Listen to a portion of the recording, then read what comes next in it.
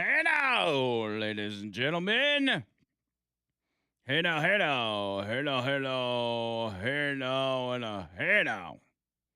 Welcome to hour number 2 of the line, Talk 99.5, talk995.com. Well, that last hour got a little weird, didn't it? Yeah, it was just rolling right along, man. Trying to keep it on the road. I didn't know. I didn't know that Damien was coming in. Which he's got, it's an open door policy for Damien. But I think he handled it well. Yeah. Had my new jingle, man. I knew that was going to get him. He liked it. Yeah. I could tell he genuinely liked it. So. Oh, you know what? I remember that time we took a picture of all three of us. I'm going to have some fun. The three of who? Of you and I and Damien in the middle. Back here, we had our arms around each other. Yeah, I think I remember. Yeah, okay. I remember that. You going to put all of us in the 90s sitcom? I just might. Anyway. And I'm probably going to make us like Bama, Mississippi line and dress us up as Bro Country on stage, something fun like that. Maybe put us in a Full House setting as well. Anyway. Yeah. I could see that. I could see him in a 90s sitcom, though, for real. Mm-hmm. I could. He's got that vibe. Yeah, he does. All right, here we go. 205-545-9950. 545-9950. Todd in St. Clair County saying, we found glass in our biscuits this past weekend. Still have the contents in a bag of ground up glass. Wow, dude. So we got people in our audience that actually found glass in their biscuits. Okay, so it's here in Alabama. Yeah, apparently. Apparently, there's glass in my biscuit. I hate that. That sucks, man. Y'all check your biscuits. Check your crescent rolls. If it's what did I say it was? Pillsbury? Is that what it was? What's the other one? Hold on, I'll tell you. I think it may have been Pillsbury. Yeah, it's Pillsbury. Yeah. Pillsbury bread. Oh, that's got the little guy where you push his tummy and he goes. Yeah, Pillsbury Doughboy. Oh man, now he's got glass in his tummy. Netflix is sparking anger after social media users have noticed a new summary of the all-time classic film Gone with the Wind. Are you familiar with that movie? Yes. Apparently, it's on Netflix, like the old, I guess the old one. Yeah, they colorized it, so I don't know if it's the colorized. I think it is. I think it's the colorized one. Here's how Netflix describes the movie for those that want to. You know how sometimes you can go look at the description before you watch the movie, so you know what it is. Oh yeah, I always do that. It says a 1939 American Civil War epic known for its racism. To learn more about Black lives in America, search Black Lives Matter. That I'm done. When I finish my documentary that I'm watching, when I get to the last one, I'm canceling. I feel like Netflix tries everything they possibly can to shoot themselves in the foot. They're like, man, we really hate you subscribers, and we're going to continue. I mean, I know people that still don't have Netflix from the last fiasco. That I mean, and why are they even showing it in the first place? Yeah. Because there's a lot of people out there that would like to see it, but then they have to put that woke crap in there. To learn more about Black lives in America, search Black Lives Matter. No, that's probably not what you need to search, because it does not reflect Black lives in America. No, it does not. I got to imagine that a lot of people would have a different opinion on that. But according to Netflix, Gone with the Wind, 1939 epic known for its racism. And if you enjoy Gone with the Wind, that obviously means you are a racist. So it is one of the classic movies of all time.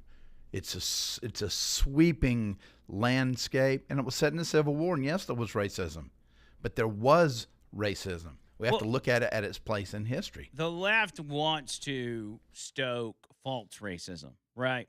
So they want to do stuff like this to get people upset so they can say about the people that are upset that they are in fact racist because they're upset about it. That they want you to keep the racism. They don't want it to be identified. Like racist people are allegedly, from what I understand, are proud and like want to be out there and known as racist.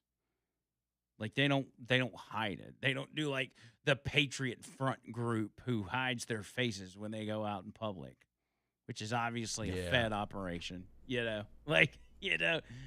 Antifa hides their faces. Okay. Racists, they do not. They're like, I'm proud to be white, and I want you to see my face. Remember Clayton Bigsby? Y'all want to see my face? Show your face. Now, see, back then, he knew how to do it. Nobody was exempt. Yeah. I mean, he made fun of everybody. Condoleezza Rice sounds like a Mexican dish. We'll send her back to Mexico. Let the Mexicans eat her. It was good stuff. But yeah, that's all the left wants to do is just stoke racism. False racism, should I say. There's a leftist group advocating in California to add Black English to the schools as a subject in schools. You mean Ebonics? Because that's what they used to call it. Black English is what they call it now. It's called Black ECE, that's the group. Black Californians United for Early Care and Education is advocating adding Black English to the state's multilingual education program. They describe the organization as a collaborative partnership of organizations committed to advancing language justice for Black children in early childhood education. They aim to ensure that Black English language is recognized as a rule-governed language in California, while also elevating language justice across the ECE system, supporting all Black Californians with the Black diaspora. Diaspora. I don't know what that means. Wait a minute. So basically, it's ghetto. Okay. Because the Black people that don't like the ghetto Black people do not like them at all. Surely they can't be for this. Ashley Williams, a co-founder of the Black ECE, told PBS, quote, I don't want my son to walk into any room and feel like his voice is not valued or his perspective can't be heard because he's not saying it in one way or another. But with that comes a lot of shame and embarrassment because you're being constantly corrected when you're still in a moment when you're just learning language. Well, yeah, so like let's teach everybody the same language so they don't have to be embarrassed about how they talk. Like that seems like a simple solution. Is that just me? They're just learning the language? What the crap? They're not coming from the Sudan. It says AAVE is a vernacular form of American English primarily used in the home or for day-to-day communication. Many do not accept its use in more formal or official occasions, such as in workplaces or schools. It should not be confused with language varieties spoken by such specialized subgroups as urban youth, in which one will come across words and phrases not typically used in basic vernacular. So are they saying that we need to, in now corporate setting, we basically need to accept people talking in mumble rap, I guess? I just assume. Man. Like, yeah, the yellow figures in the one to say, and then when they go down, we got to find another way, you know what I'm saying? Is that your presentation, Curdle? Yeah. Jamar, is that your PowerPoint presentation for the board of trustees here at our company? Yeah, I think we need to get rid of all whiteys. YT people. YT. All right, let me take a break. I got some phone calls lined up, so let's do that when we get back. 205-545-9950. 545-9950. More of the line next.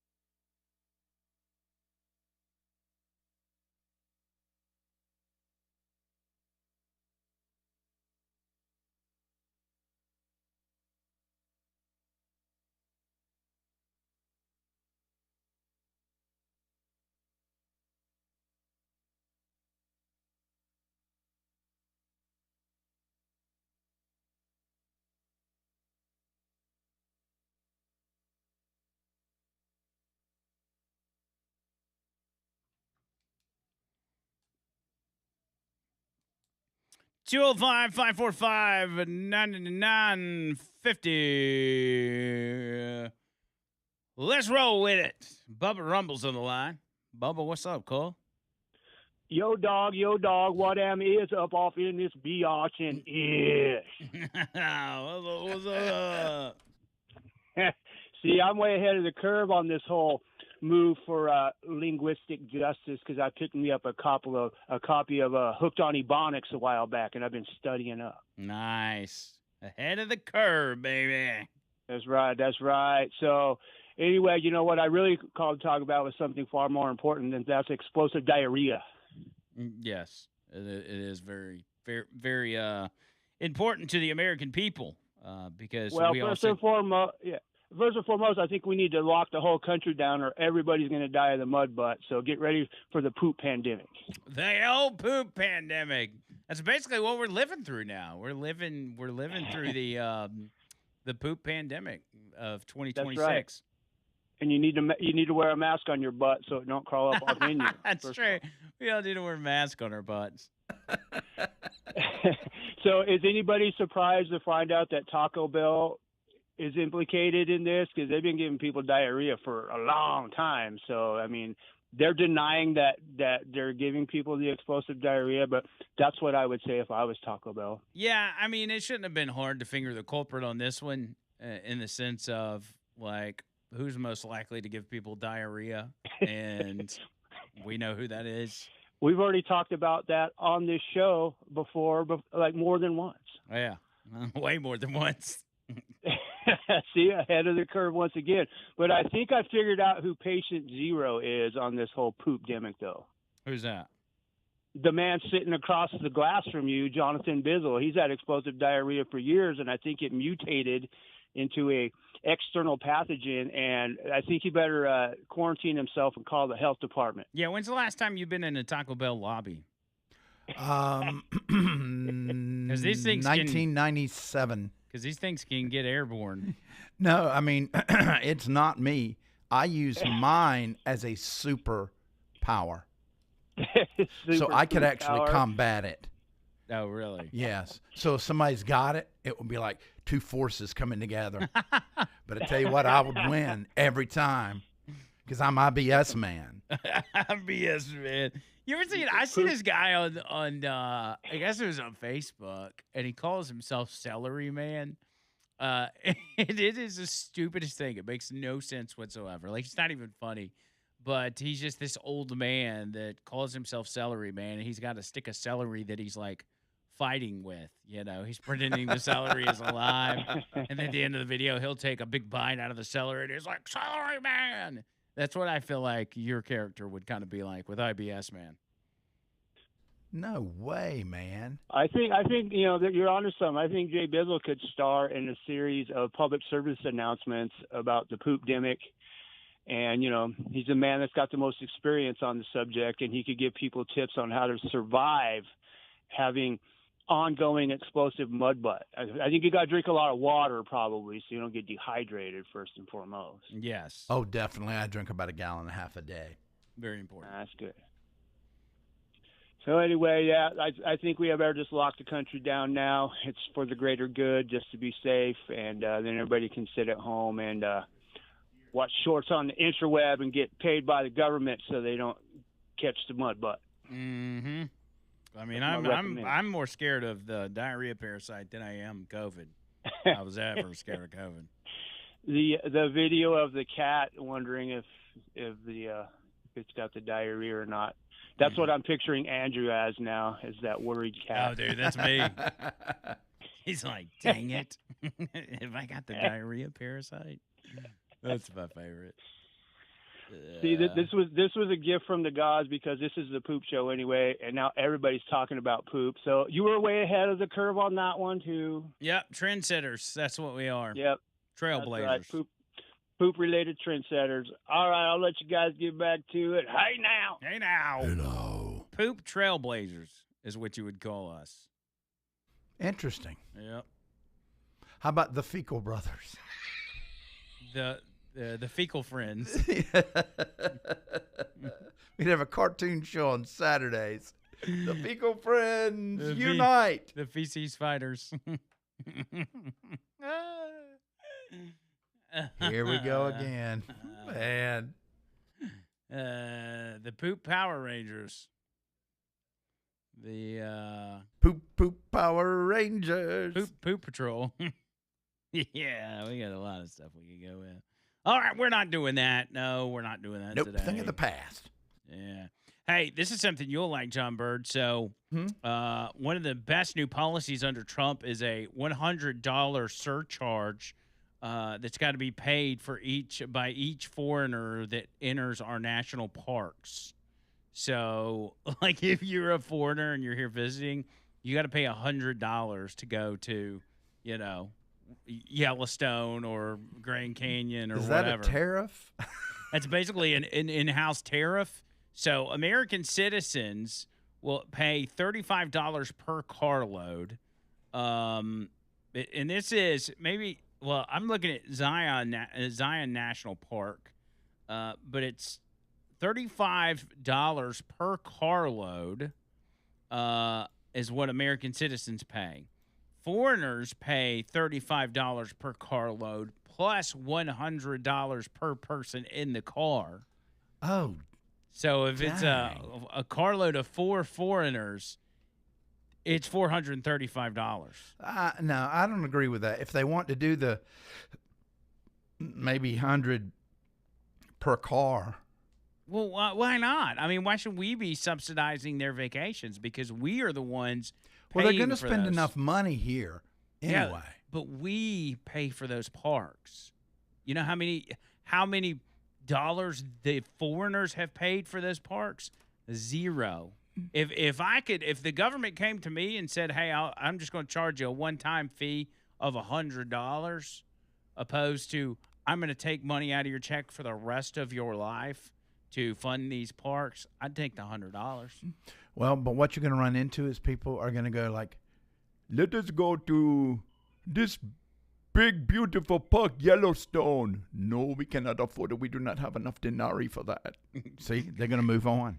They're gonna turn their car around. Ding a ding a ding a ding a ding a ding a. Nah, they'll pay you. And listen, if you are coming to this country to visit from a foreign country, and you're doing it to go to national parks, you got an extra $100. Like, it's not that big of a deal. It's not like we're charging them $5,000.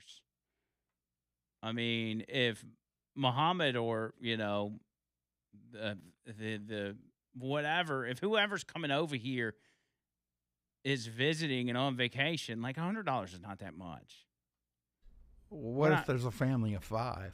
Well, it's not. I mean, they got the money. If they're traveling all the way here for vacation, they got an extra plan. You got to plan ahead anyway, just like we would have to do if we went on vacation. Yeah, but you got to balance out how many people are not going to go versus how many people. I have never in my life heard you stick up for foreigners. You have always bashed foreigners, and now all of a sudden you're sticking up for them. No, I'm not sticking up for them. I'm sticking up for America. Well, that's why we're charging them money and not us. We want more people to go to the parks, and then they go and tell other people in parts of the world. I don't know. I don't think $100 is that big of a deal. I don't think they would think anything of it. I don't even think foreigners are going to be against it, because they would probably appreciate that happening in their own country if it's not already happening. So I don't know. We'll see how it pans out. More coming up.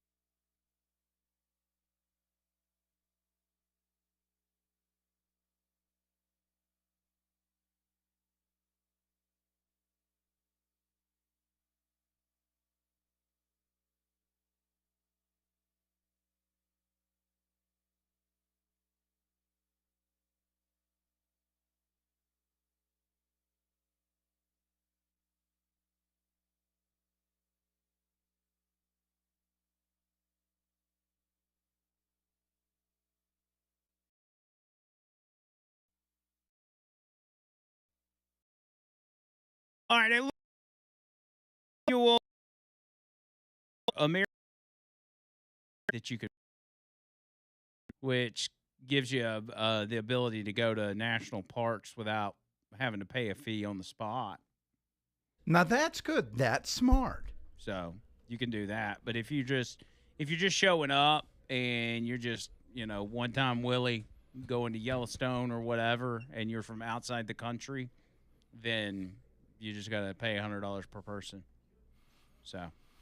Yeah, I like just, that idea. It's just plan just like anything, you got to plan ahead for the trip. Yeah, especially if you're going to another country, you need to have it planned out definitely. Yeah, and in some cases, you go to other states and there are certain rules or fees that you got to pay for. I don't know, like when we were in what was it? We were in Tampa.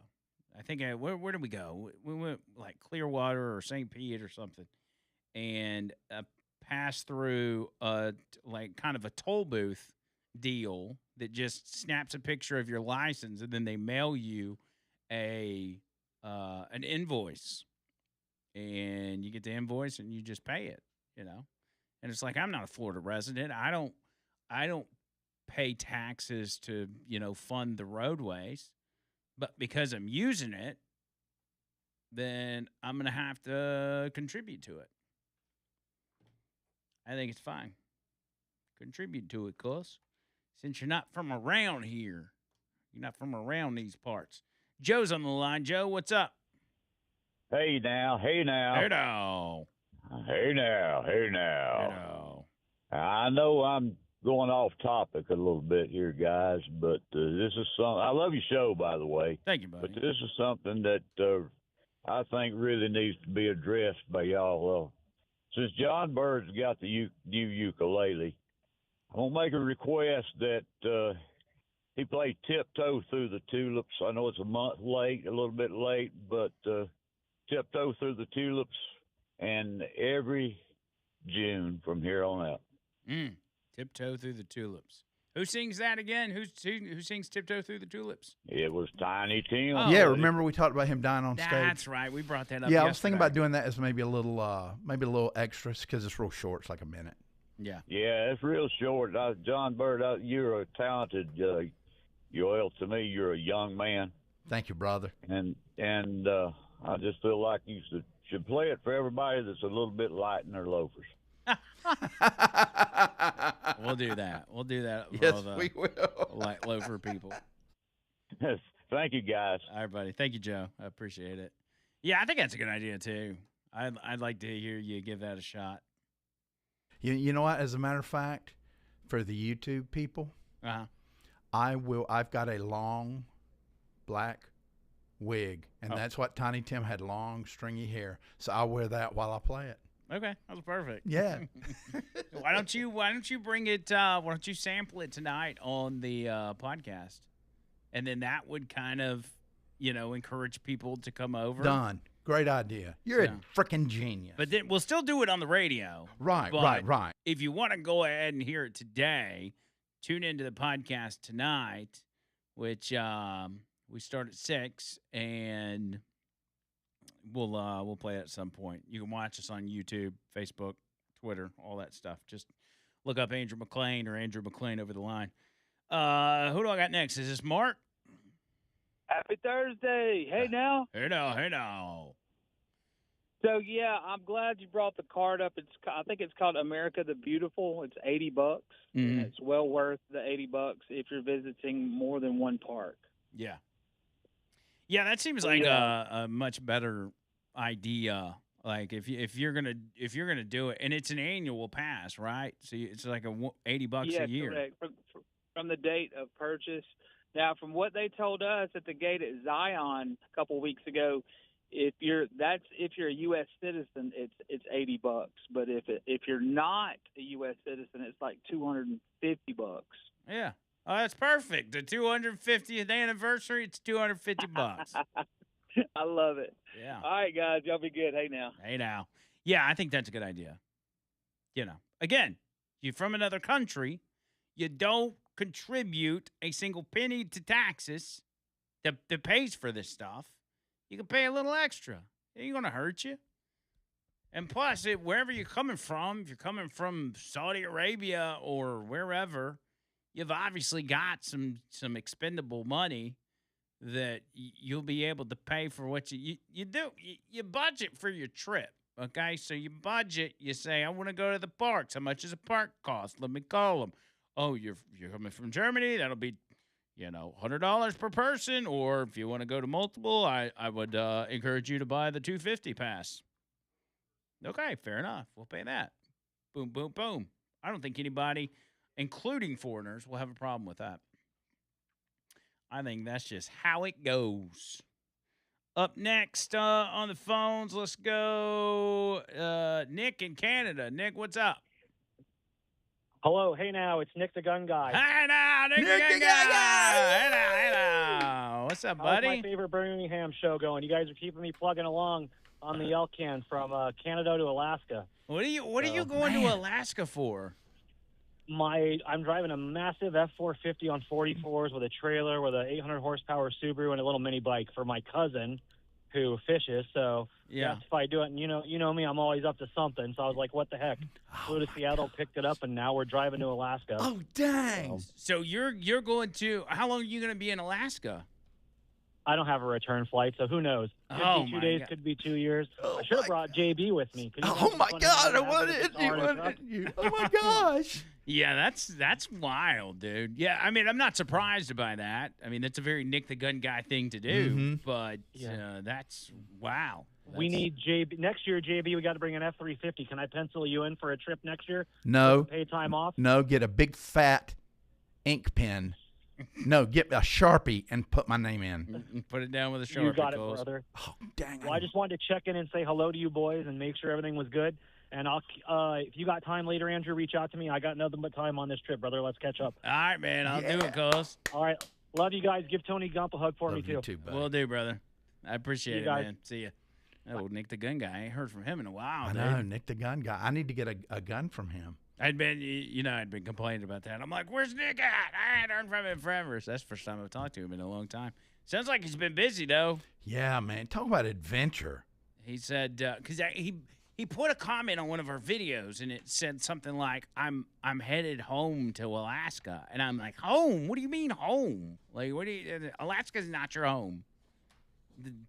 Tampa's your home.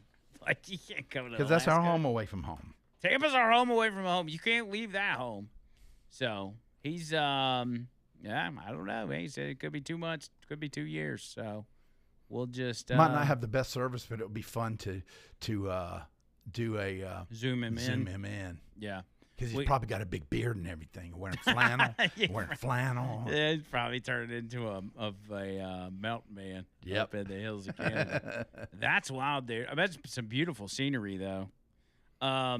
Yeah, we'll have to. We've got some bugs to work out on our Zoom stuff, but yeah, I'm gonna try. I'll try to reach out to him this afternoon and just catch up with him, see what he's doing, because I've been wanting to talk to him and just make sure he's good. I know he was a big player in helping get the new studio together, for Bubba's new studio. Invaluable. And then after that, I'm like, well, what happened to him? Because Nick, he can't just not do nothing. Like, he's constantly got to be doing something. And I was wondering what that something was. Now I know. He's on the road. All right, let's keep chugging along. I think I want to bring this. Actually, I got a lot of stuff to talk about, and I got so much ADD that we've just, we've gone from the poop boys to diarrhea parasite to whatever. Joe Biden's got a new book coming out. And when I get back, I want to tell you about it. So give me a second. Hang tight.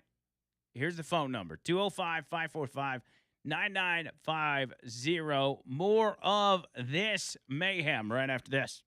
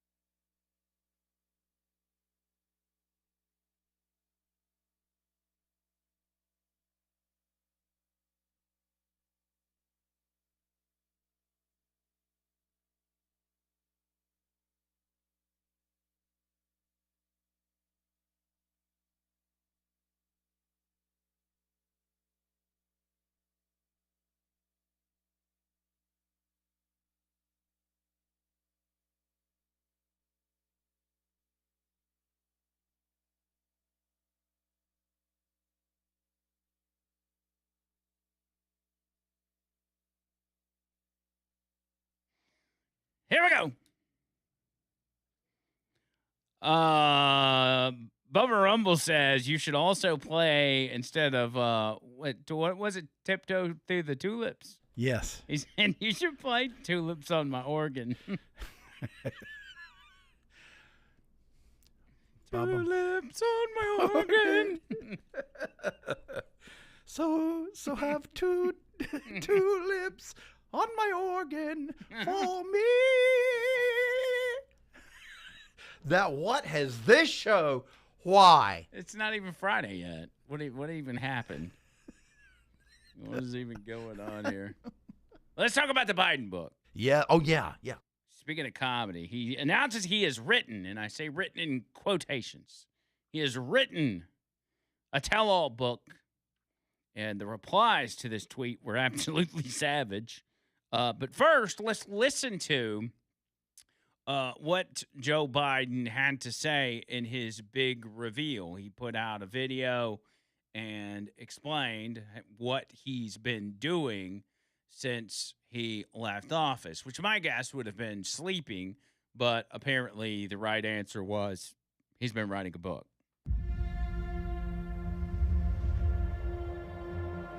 Since I left the presidency, I've had a lot of people ask me, Joe, what have you been doing? I've been spending a lot of time with my family. I've been dealing with a cancer diagnosis, and I've been getting treatment, and it's been going really well. I want to thank all those who offered their prayers, their support, and well wishes. It's meant the world to me and to Jill. I've written a book about my time as president. It's called Promise Me America. It's coming out in November, and it's available for pre-order now. It's about the challenge we faced as a nation, about the decisions I made, and why I made them. Leading the country through COVID, rebuilding our economy, and restoring our democracy after the attack on January 6th. Ending our nation's longest war in Afghanistan, strengthening NATO, and supporting Ukraine. It's about why I chose to run for re-election and why I chose to step aside. Most of all, it's about my faith in the promise of America. The promise we made to those who've gone before us is to honor their sacrifice. The promise we made to one another and to treat everyone with dignity and respect. And the promise we made to future generations of Americans to remain the beacon to the world. Promise Me America is about my faith in America and the American people. I hope you'll read it, and I hope it strengthens your faith in what we can do as a nation and a people. Yeah. That was parody, right? No, that was 100% real. And do you notice how he slurred almost every single word he said? Yes. Could you imagine? I mean, so being president of the United States ages you, correct? Yes. Well, it's aged everybody except for Trump, but it ages you at a rapid pace. You look at George Bush from 2000 to 2008. You look at Barack Obama from 2008 to 2016. You look even on the backside of Bill Clinton, look at him now. Oh, man. He's a bag of bones. But Joe Biden, if he would have stuck it out and say he would have, in an alternate universe, run for president and then continued to have that pressure of being president on him for the past year and a half, if that is his decline as being a private citizen and doing nothing but probably eating ice cream and sleeping and pooping his pants, you think he lays in bed and he's like, do I have the diarrhea parasite? He's like, do I have the sort of parasite? If he's declining that rapidly in that amount of time, not as president, imagine if he was president. I imagine this book was ghostwritten by AutoPen. Yes. That's what I'm thinking. Who knew AutoPen could write entire books, by the way? I thought it just did signatures. Some of the here's some of the comments to it. What? And there's not any good comments on Joe Biden's post. They might as well have cut the comments off. This one says, I would have bought this book, Joe, but I died in the winter of death after you lost patience with me for not getting the COVID shot. This one said, title should have been, I was president? This one said, did you write it with an auto pen? This one says, it's called Auto Pen and Me, How a Potato Pretended to Run a Country. These are great. Here's a picture of the book. It's AI, but it's a picture of the book, and it's got a picture of aviators on it. And the title is, I Forgot, the memoirs of a man who forgot a lot of things, including the title of this book. Joe Biden. This one says, no, you have not. Someone may have and bought you some ice cream, but you have not written anything. Hell, you can't even speak a full sentence without being up on all kinds of drugs. Lay back down, Joe. I just hope that he doesn't, you know how they'll get the author to read the book. So they should get him to do the audiobook, please. Get Joe Biden to do the audiobook. No. And somebody said raising money for your presidential library. Look, this is his look, John Bird. This is Joe Biden's presidential library. It's the auto pen library. That's good. That's good, Joe. Good. You did it, Joe. You did it. Yeah. You wrote a book. You wrote a book. I thought it would be more like a children's book. What a weird time, though. If you think about it, it was a weird time to be alive from 2021 to 2020, 2025, because all of the stuff that happened was like Twilight Zone. It was like a bad dream. It was like a bad dream. We just lived it, you know? I mean, yeah, maybe it was good for talk radio to an extent, but I'm not willing to trade off my country for good content. Like, I can find other ways. I can talk about poop when things are going right. Yeah. When things are going in a good direction. Yeah. But, like, I'm not willing to sacrifice my country for, you know, a constant stream of content because we got a bad president. You know, I've been thinking about this lately. Those 4 years of hell that we went through, I think that it was almost necessary for us to do it because look how we came out the other end. You know? Yeah. Oh, yeah. I mean, you just think about how strong, and Trump had the support. Mm-hmm. Oh, yeah. I don't think you'd have had that if, you know, if we were trying to get a new candidate for, you know, for 2024. Yeah, well, I think a consecutive Trump term would have been disastrous for Trump and ultimately disastrous for us because he would have continued to be surrounded by snakes and unable to, you know, sniff out the bad guys or the deep state, if you will. He would have still been fighting with his hands tied behind his back, which happened to a large extent in his first term. Even though he got a lot of ish done, he still was hamstrung tremendously in his first term. And it was from, you know, close advisors lying to him.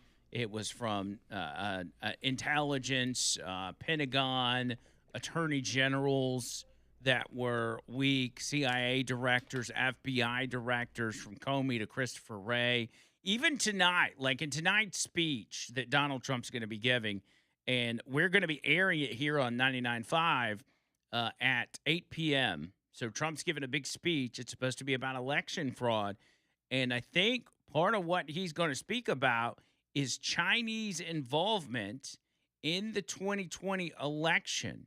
Overall foreign influence, but in particular Chinese influence in that election, because it is proven that they, in fact, did it. And the way he's going to present it is with evidence from the CIA that had it at the time that Trump was president in 2019 and 2020. Held on to it. But they held on to it. They hid it from him. And so that right there is why a 4-year break for Donald Trump was so vitally important, even though he was put through hell those 4 years from being arrested, mugshotted, shot at, all these different things. It still worked out for the best for Donald Trump and for us as citizens of the greatest country on earth. But I do want to take a little trip down memory lane from those Biden years when we get back, because something's popped up about an imam from Texas whose name is Omar Suleiman. Omar Suleiman was invited by Nancy Pelosi to give a prayer in the House of Representatives during Biden's term. More on that next.